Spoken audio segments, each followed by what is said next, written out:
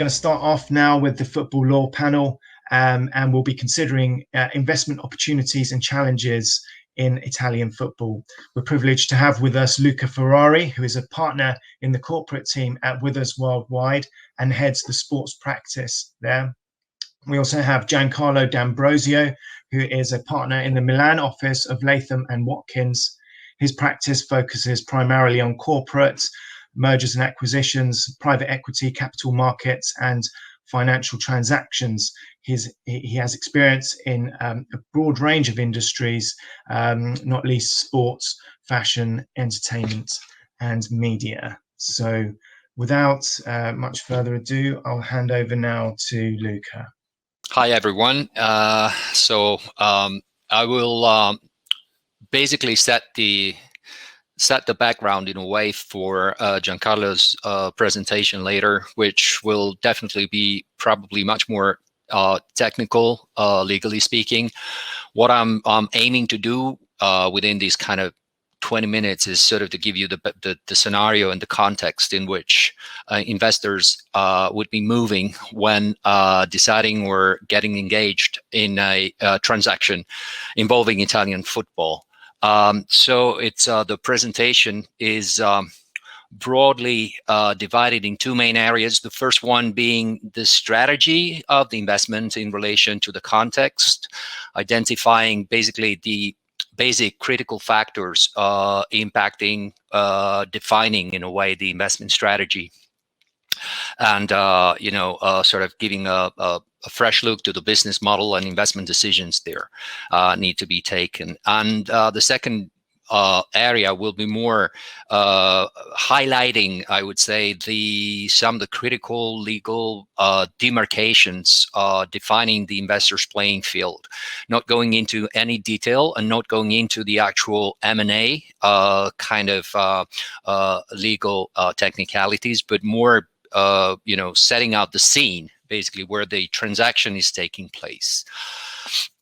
So investing in calcio is a matter of priorities, of course, in the process, and the order I have them here in this slide is not exactly the ideal order. I think that strategy comes first.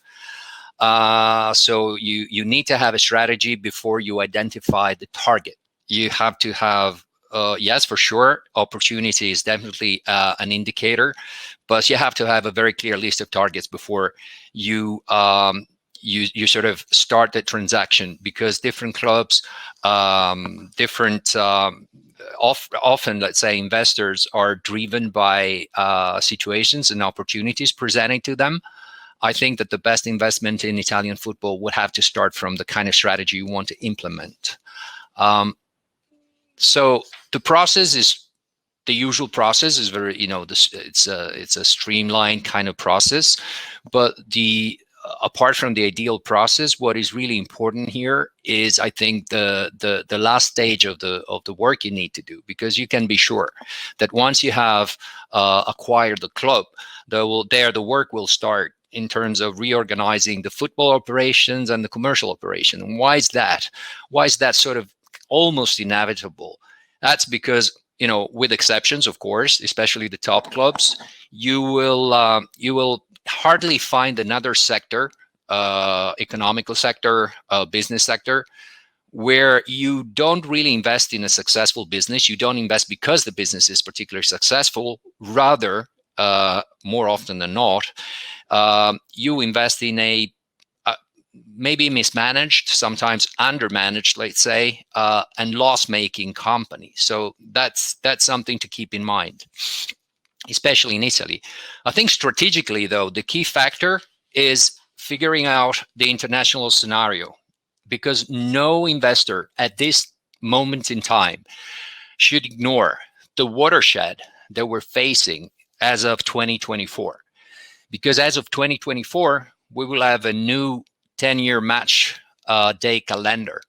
What does that mean? Basically, that means that there will be an allocation of matching days throughout the year.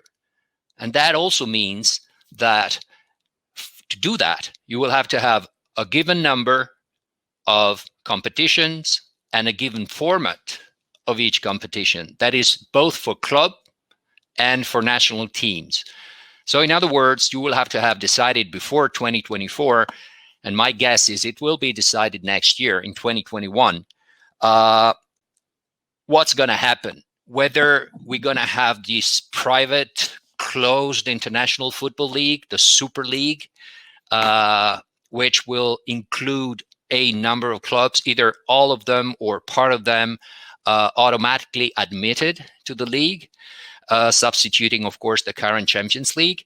And in that case, you would have, and this is the left scenario, of course, you would have national championships becoming second-tier events. They will not be the top properties. They will be second-tier events. And final bullet point, very important, top club will be playing second teams. I mean, all the clubs that will be part of this private international football league will not be playing their best teams in the national competition. So if you're investing in the national competition, you have to be aware that in that scenario, your competition will be a tier two event. And secondly, you will have less competition within the league, less excitement, less drama, so to speak. On the other side of the spectrum, you have another outcome of the discussions currently in place. I mean, they can both be pretty much logical outcomes, and you might have something in between. But to the other spectrum, you would have still the Champions League, so maybe the fourth edition of the UEFA Champions League, which means a reformed UEFA Champions League with more money to the clubs for sure. However, there will be either no automatic participation by clubs, or only a few clubs will get some sort of prioritized access to the competition. So in other words, under this scenario, then qualification from national championships will be the key.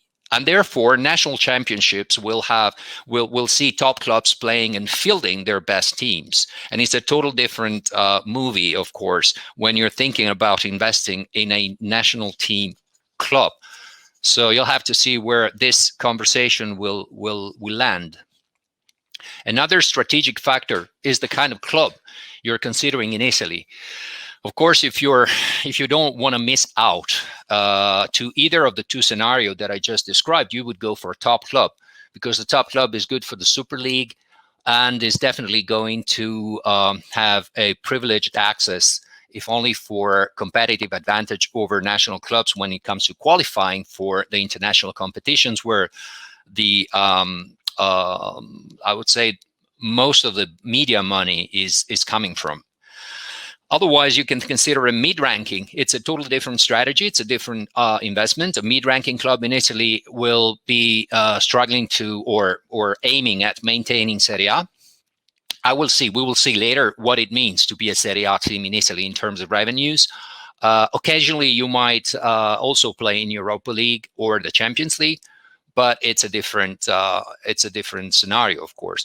Or you could even consider a third-tier club like Serie C, as we call it in Italy, club, which is a low-cost investment, much easier to model from scratch, basically, pretty much like Berlusconi did recently with Monza, or if you go a few years back, De Laurentiis did with Napoli. De Laurentiis took Napoli in the third division, and slowly and steadily came back up to the top with his own business model, which I think was easily implemented because he started really from a club that was totally lacking a structure.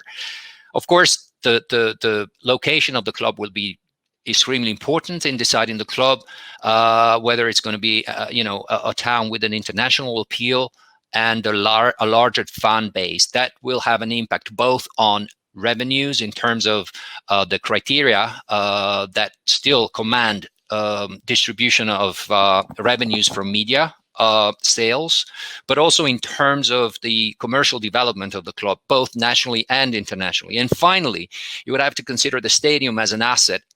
Again, a liability, an opportunity, a challenge.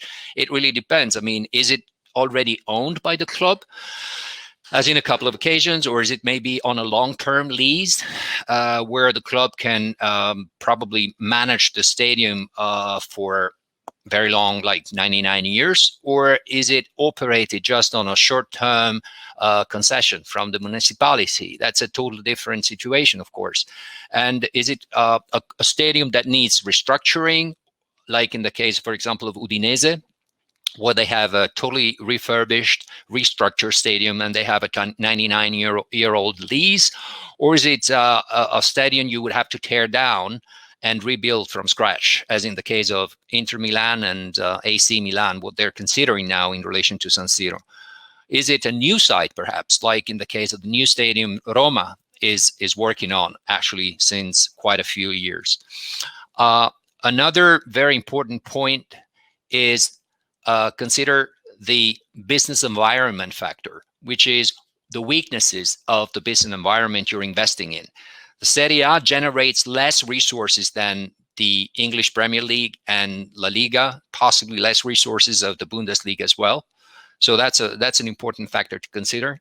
Many clubs are still not managed as proper entertainment businesses, so they're kind of undermanaged. Perhaps they're probably stronger on the football side. Sometimes they lack innovation, vision, strategy, consistency on the commercial, let's say, media side more generally, and often many obsolete stadium. So the overall show is less appealing, perhaps, than in other countries. However, this is a risk, but at the same time is an opportunity because the upside is there. So it's probably because of these reasons that Italy, being a country where football is still central and commands huge attention and passion from the fans, is a market that is undervalued right now, with quite an interesting upside opportunity for investors.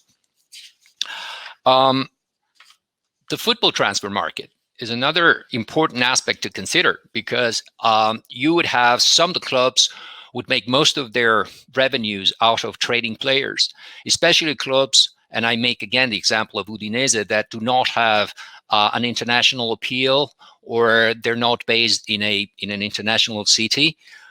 Trading players is going to be their main sort of source of income and of revenues and return of investments, of course.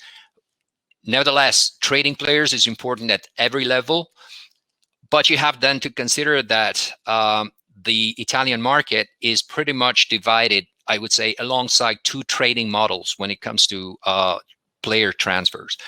And I'm talking about the two extremes now. The one extreme is the old guard, so to speak, the old owners, traditional management, operating mainly within close circle of friends, so to speak, and with often mixed and conflicting interests. If you browse and look up the Italian Football Association Agents Commission, you will find a list of transactions clubs have completed, and you will see the intermediaries they've been working with.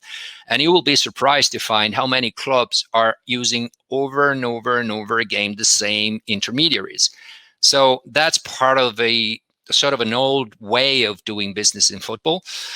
Some owners, and then again, part of this sort of old school is the kind of situation where the owners are, I wrote milking the cow. So owners extract more money from the club than from their non-football, non-calcio businesses. So there again, it's either a generous compensation package that the owner has already ensured for himself, or sometimes is a less than transparent value creation. And I mean that kind of football transactions with trading players and commissions being paid here and there. So you have to be very careful about the way the clubs are managed on that front. However, at the same time, currently we can see a new trend in Italy, that is a new series of investments that have been made by either investment funds or business people from especially from the USA, different mentality, different approach to all aspects of the management of the club. So you can think of course, the Elliott Fund that owns AC Milan. You can think of Commisso in Fiorentina. You can think of the Kraus family in Parma. You can think of the Fredkin that just bought Roma. Those clubs are managed will be more and more managed like entertainment and media companies rather than just football clubs, where I'd say there will be more innovation, more data analysis, more technology probably in managing the club, and a more coherent strategy, like a 5-year term kind of business plan, I think. So there again, you have two different species, two different beasts, and you have to consider which one you're targeting and for what reason. Potentially the first typology might be better in terms of expressing more value by restructuring the whole management model. When it comes to players, there are a number of very interesting areas you have to look at when you consider the roster and the players of a given club. Some are very typical in M&A transactions. You have to consider players as assets, and you have to be aware that the way these assets are being amortized during time will have an impact on your balance sheet, of course. But all of this is probably will be covered by Giancarlo. What I like to draw your attention to is a couple of points in relation to players. An investor in Italian football should be looking, as in other footballs, of course, not just in Italy, should be looking not just at the performance of the club, and this is the second point I'm making there, not just the team performance, but the relation between the wage spent and the team performance, because that's really what expresses the value of the club, how the club is managed, and how the resources are used. So, and another very important factor to consider when it comes to looking at the players roster is the contract duration, when the contracts are due to expire, because as you might know, 6 months into the last season of the contract duration, the player is free to sign with a new club for zero. So you're going to lose the entire, I'd say, transfer value of that player. So you have to analyze the contract terms and see whether you have margins to renegotiate extensions of those contracts. You have also to consider, for example, that you only have 4 available slots for non-EU players, which is, so we have a quota system in Italy. We don't have a work permit system. Therefore, you're limited in the number of players you can select from outside the European Union, including the UK pretty soon. And in relation to academy players, you have to make some decisions regarding, and some evaluations regarding specific situations where academy players are a resource. It can be used in 2 different ways. Top clubs usually use academy players more for trading purposes than for first team prospects, although that is changing, and hope it will changing more and more in the future. But then you have to understand that with academies in Italy, we have regulations where a young player that plays for a professional club before he becomes a professional is called a giovane di serie. When he has this particular status, he can be, let's say, poached by a non-Italian club, offering him an employment contract. So you have to be aware that all the young players that do not have a contract signed, they can be poached by non-Italian clubs. At the same time, for those players who you decide you want to sign, maybe they're 16, they're 17, you know that before they turn 18, you can only sign them for 3 years. So you think you have the control over the player, but there are many situations where players have so much, let's say, market opportunities that they refuse to renew their 3 years contract. And as in the case recently, for example, Chievo Verona had a very interesting young player named Vignato. In theory, that was a huge asset for the club because they could have sold that player for a big transfer fee. However, the player was on a 3 years contract that was running towards the end, and it went to another club for a reasonable amount of money, but nothing you would consider as an expression of the true value of the player. I'm sorry if all of this is a little bit confusing at some points. I'm trying to really condensate a lot of regulations in a few sentences here.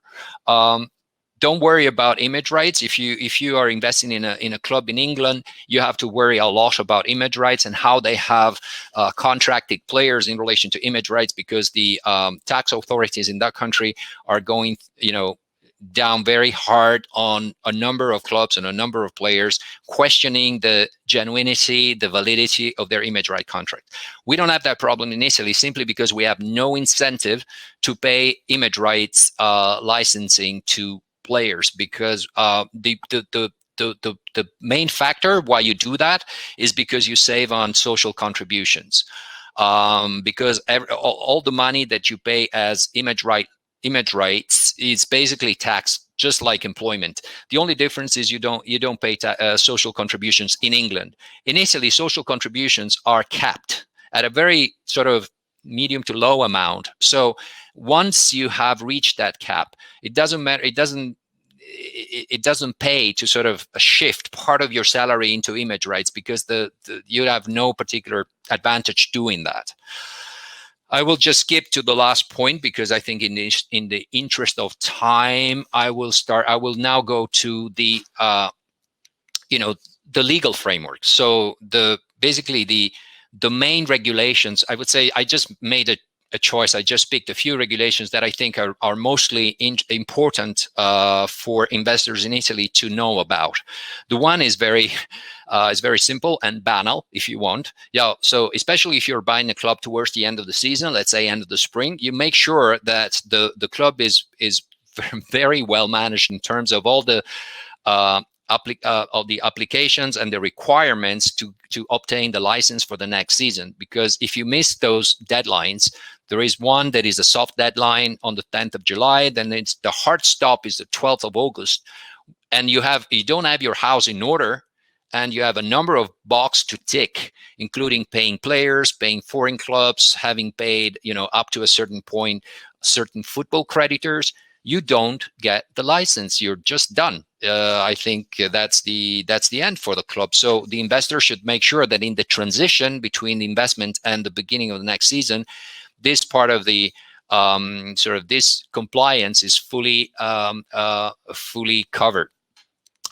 Another interesting part, aside from licensing regulations in Italy, is the league governance. Once you invest in a football club in Italy, you would want to know what are the resources I can manage on my own as a football club? What are the resources that are managed centrally by the league? And if so, who controls the league and how does the league work?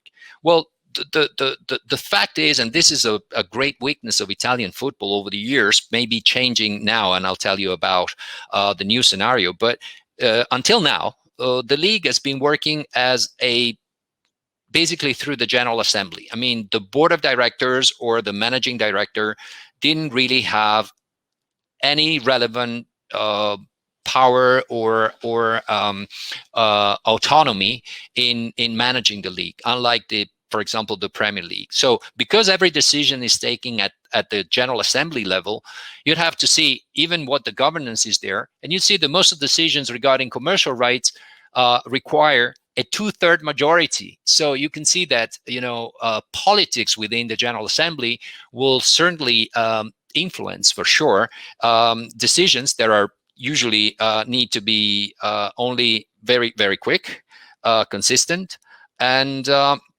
not influenced by whatever political aims you have in relation to how you handle this General Assemblies, especially in relation to media rights. For example, decisions that impact on media rights distribution will need a 3/4 majority. So there is very little control a single club can hope to exert on these, let's say, centralized resources. With the currently the project of CVC Advent and Serie A creating a media company whereby all the commercial and media aspects of the management of the Serie A will be sort of under the under the management structure of this media company, the situation is going to change because we will have new governance and new management there. So probably we will see the kind of business plans and the kind of consistency, both nationally and internationally, that you saw in other leagues, but you lacked in the Serie A because of the prior governance. So we'll see whether the CVC Advent and Serie A joint venture will go ahead, if the new media co will be set up. If it will, I think that's going to be a turning point for Italian football. I can see Alexander popping up there, probably letting me know that I have my last 5 minutes, or is that so? So, thank you. Media and commercial rights. This is an important area. So you would want to know, this is what the football in Italy, as everywhere, generates. By and large, these are the main source of revenues. In Italy, we have a law that imposes sort of a centralized joint ownership, first of all, and centralized marketing of media rights. So it's the league. And of course, if everything goes ahead with CVC, Advent, it will be the new media co which will take care of marketing media rights. So the only audiovisual rights that are in the control of the individual club in Italy are the archive rights. And then there are a number of commercial rights that are available to clubs. The most significant ones, I would say, are the ones I just highlighted here, the pitch side advertising, except for some of the spaces that are reserved to Serie A sponsors, so the league sponsors, the naming right for the stadium and the training ground, shirt and club sponsors. That's all within the remit of individual clubs. However, the Melandri law, which is the law that governs the marketing and distribution, in terms of distribution of revenues from selling of media rights, this is important for an investor, especially if it's a mid-ranking club, because of the law. First of all, there is no risk that you will be left out from a fair distribution of resources simply because you have no effective syndicate of voting within the league, or because of other reasons, because the law says that 50% of the revenues have to be distributed equally among all clubs participating in Serie A. So that's a first sort of safety landing spot. The remaining 30%, in fact, are mostly, I'd say, mostly distributed towards the top clubs, because as you will see, it's based on merits, like not just merits in relation to ranking and points achieved in the last championship, but also results achieved in the last 5 championship, and even in historical kind of results. So the top clubs, the most important clubs, will have the big share, the lion's share, I would say, of that 30%. Also because another 20% is being divided based on fan base, which will be calculated based on polls, opinion polls, and that kind of stuff. So again, 50% equally for everyone.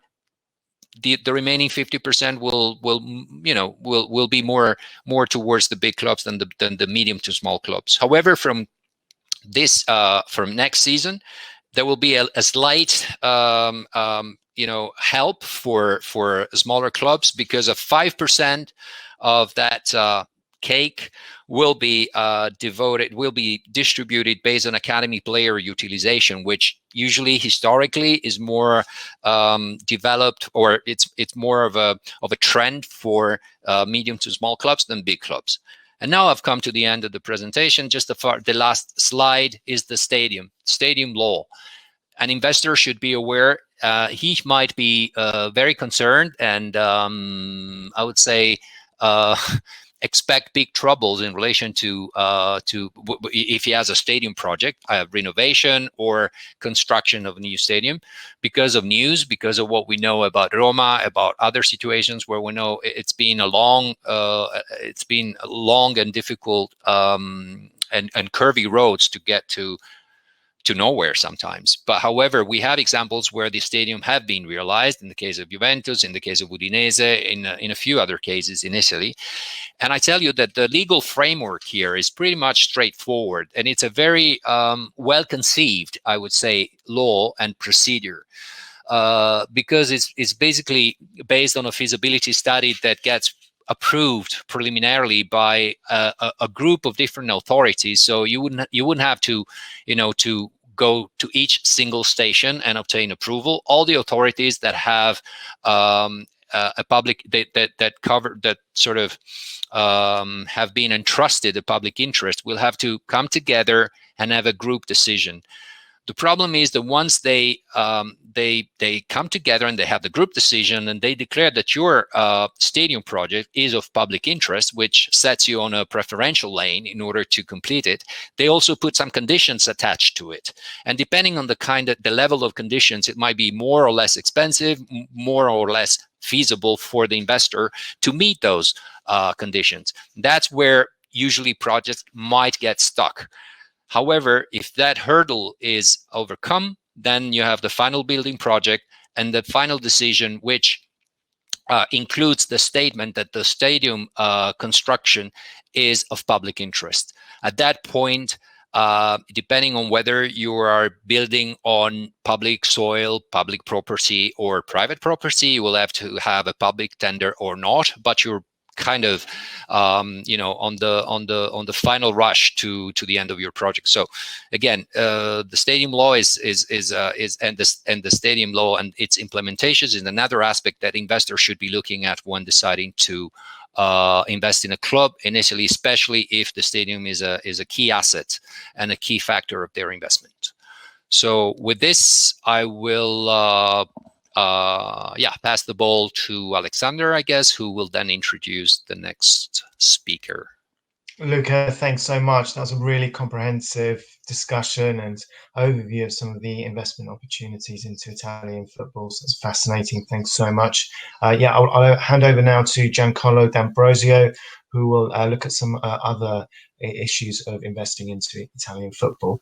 Thank you, Luca, for your comprehensive presentation. I will discuss also some of the points that you mentioned in your presentation, and I will see more in a more technical way on how certain non-traditional investors approach the Italian football system in the past 10 years. And also I will try to explain from our perspective as lawyers how we try to help these investors to overcome certain skepticism relating to investment opportunities in the Italian football system. As Luca mentioned, traditionally Italian football clubs were owned by families, wealthy families, managing the business through traditional family business models, and international investors were pretty skeptical about potential opportunities into the system. In the past 10 years, we've seen a different trend, a new interest from investors in the Italian football system, both through debt transaction, alternative financing transaction, and equity investments.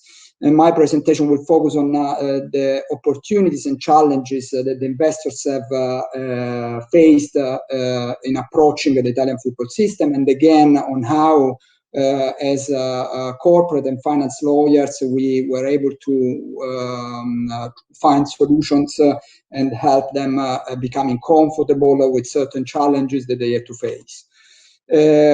With respect to the opportunities, Luca already mentioned,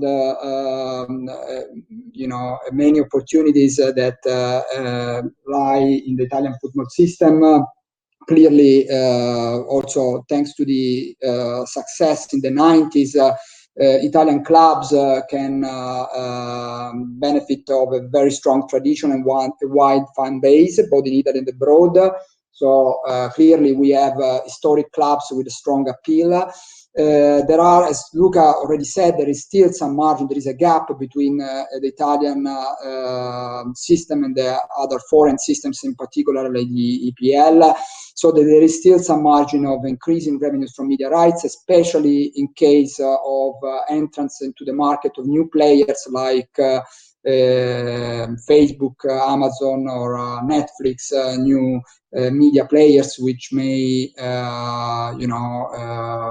show an interest in the market, in the media market, and increase the value of the rights. In terms of infrastructures, again, Italy is still an old infrastructural systems, old stadiums and facilities would allow the development of new infrastructural projects. Clearly, this, as Luca was mentioning, is an opportunity and also a risk. Real estate projects trigger new commercial opportunities and new revenue streams. And this is clearly an opportunity for new investors. At the same time, I believe that many investors are also looking at the potential synergies and marketing opportunities, which relate not only to the investment in the football club, but also to different commercial opportunities. We have seen big industrial conglomerate approaching the Italian football system, the Friedkin Group in relation to Roma, the Suning Group in relation to Inter, now the Kraus family with respect to Parma. And the revenues growth point was already discussed by Luca, so I would not repeat what he already said. Clearly, there is a shift between some undermanaged clubs to a more sophisticated management model, which would potentially increase the revenues opportunities for the clubs. Finally, it was interesting to see how the system reacted to the COVID outbreak. There was a lot of uncertainty. Clearly, the sport and entertainment business has been heavily affected by the COVID outbreak. And somehow, surprisingly, this impact did not discourage investors, but rather increase the level of interest from the international market. And one of the reasons why the level of interest remained stable or rather increased is probably due to the fact that investors identified the resiliency in the sector. Basically, they believe that the Italian football system is resilient, taking into account the strong passion, and so in the long term, return and business opportunities may become again pretty strong. Obviously, there are not only opportunities, but there are also challenges. Luca already mentioned the fact that the Italian football system is clearly still based on personal relationships. So in general, the foreign investors and foreign managers need to adapt to the system and adjust to it. And it's obviously not easy, especially when you have a new foreign manager entering into the market. Clearly, regardless of the how sophisticated can be a management model and the management system, this business is strongly tied to sport results, which are by definition unpredictable. So clearly, this investment is characterized by unpredictable revenue streams. And finally, most of the cases, the investment must be made in a long-term perspective, especially when the potential is seen in connection with new restructuring of infrastructure facilities. It has to be taken into account that infrastructure development plans takes years to give results, and obviously there are many political factors and which can local authorities are involved in the process, and all these elements can be disruptive for the entire investment. The next slide will give you a sense of how there was a growth of foreign investments into the Italian football system since 2011. Luca already mentioned some of the main transactions. I would like you to focus on the fact that we did not only mention equity transactions, so we did not only mention the acquisition of controlling stakes into the clubs, but we also mentioned debt transactions, in particular financing transactions, in particular the financing transaction relating to FC Inter and AC Milan, and a couple of recent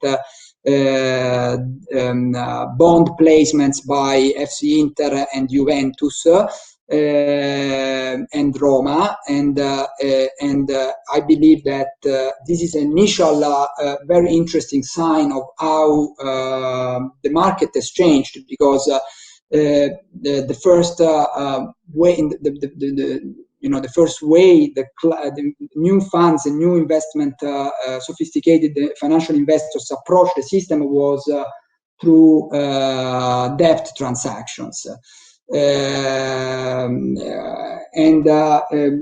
this is now I go back to one of the first points that I made. As lawyers, I believe that we were in a position to assist some of these financial investors or investment banks to structure transactions in a way which could make these investors comfortable with the risk associated to the investment. In particular, one of the key elements, which structural element from a legal standpoint, which allowed financial investors like major investment funds, pension funds active on the global markets to become comfortable with the idea of investing into the Italian football system was the adoption of a so-called Mediaco structure. In particular, in 2013 and 2014, international institutional investors invested into Mediaco structures implemented by FC Inter and AS Roma in connection with alternative financing transactions. And in 2017, FC Inter was in a position to issue through the Mediaco structure 300 million senior secured notes in the international capital markets, and this was the first large debt transaction on capital markets for an Italian football club. And again, it was a very innovative transaction. So I want to spend a couple of minutes on the main features of the Mediaco structure, which I believe was, the key element to convince investors to get comfortable with the risk associated to the system. I will obviously be a bit more technical here, but I hope you can follow the presentation. The Mediaco structure is intended to create a bankruptcy remote special purpose entity owned by the club. So it's a company below the club, owned by the club. And the structure is intended to segregate the revenues and the intellectual property of the club and provides the lenders with a structural priority vis-a-vis other creditors of the club. Basically, the Mediaco becomes the sole manager of the club intellectual property and sponsorship business, and they receive the media rights revenues from the club in accordance to the Melandri law allocation criteria that Luca was describing in his presentation. It is important to know that one of the challenges in this type of structure is to find the proper balance between protection to be given to the lenders through the Mediaco segregation and the possibility to upstream cash at the level of the club so that the club can meet its working capital needs and continue to operate. So it's a very sophisticated and delicate balance which is found through a number of intercompany agreements.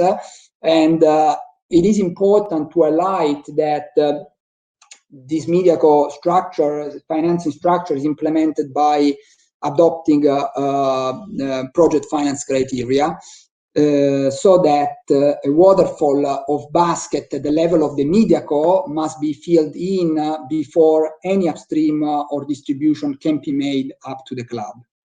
So basically, the lenders invest into the Mediaco, have a structural priority, and the Mediaco can upstream cash to the club only after certain baskets are filled in.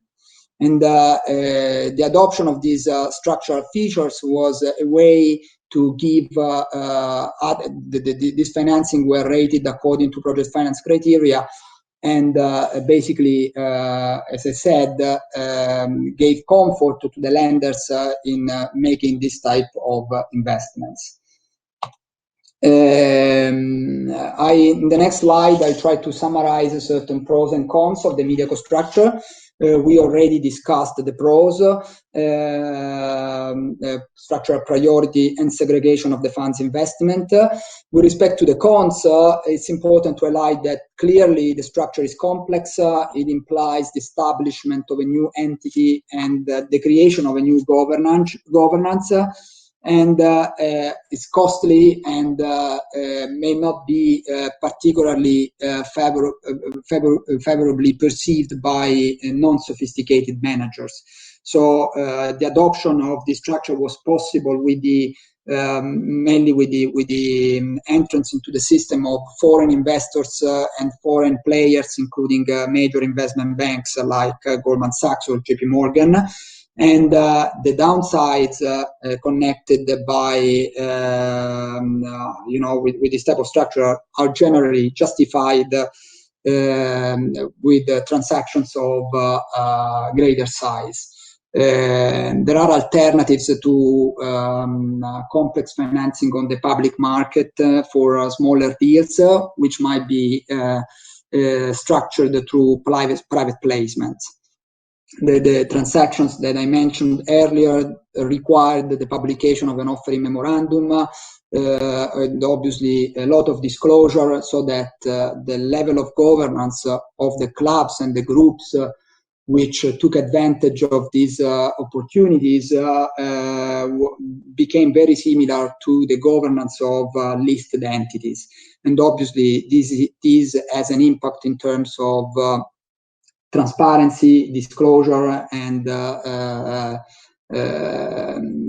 activities to be carried out by the management, which are very different from the traditional activities of managers of clubs owned by families or private individuals.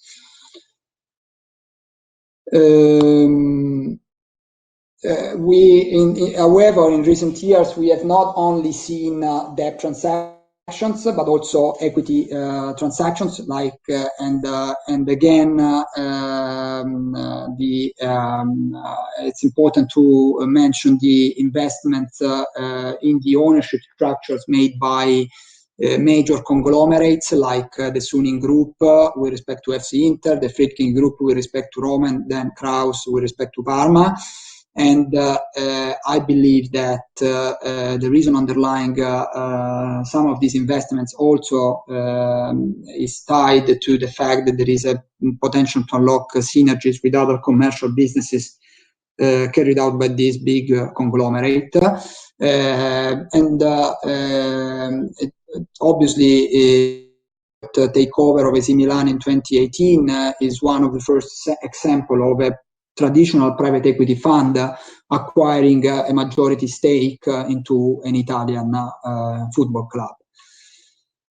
Luca already mentioned one very interesting trend, and for the first time, Italy may become a trendsetter, and I'm referring to the potential investment by private equity funds into the league. In particular, it's interesting that the press is talking about the investment by the joint venture of CVC Advent for evaluation of for the acquisition of 10% minority stake into a media company to be established under the league. I think that Luca already touched a couple of very important points relating to the trade-off between the potential improvement of the governance and the management and the exploitation of these commercial rights.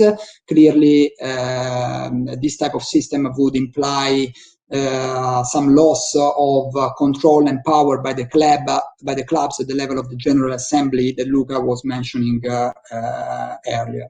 I was saying that Italy may become a trendsetter because the transaction is still subject to negotiations, But it's interesting that there are already rumors on the market of other leagues, including the German league today. There was an article about that, interested to basically utilize a similar media structure to attract the interest of private equity investors into the league.